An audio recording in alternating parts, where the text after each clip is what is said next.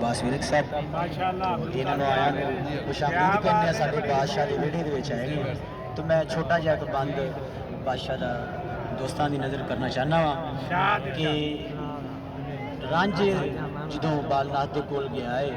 जोग लैन तो बालनाथ की रांझे नूं नसीहत है। नसीहत की है सरकार फरमाते ने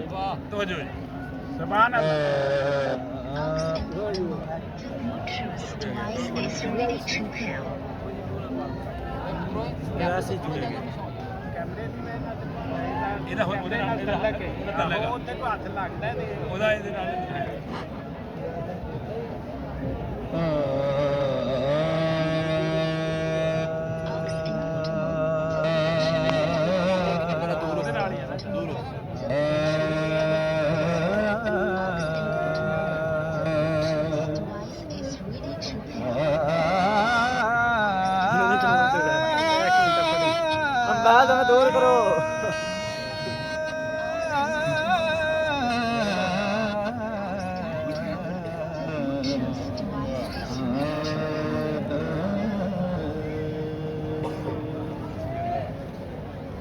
छट तगात बोलियां तुफल कीना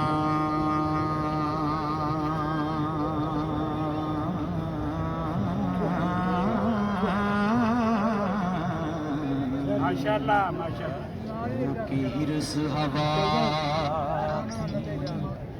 पाक जटा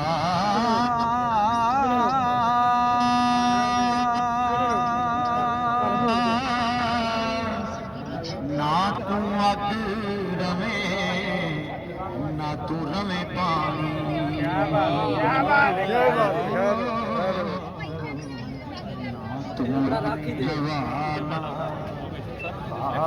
जटा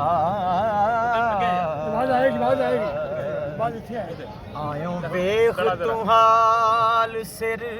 बंदियां दा ते नाले खेश कबीलड़ा साग जटा 14 तबक चकूट दी सैर करके ज़ात खुदा दी पाक जटा ते अंदर दीन दुनिया दा नाम सच्चा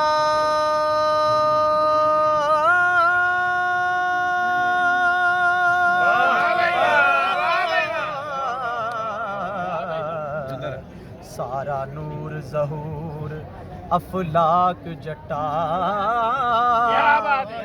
वारस शाह ता अपना आप जापे ओ जदों करे शरीर हलाक जटा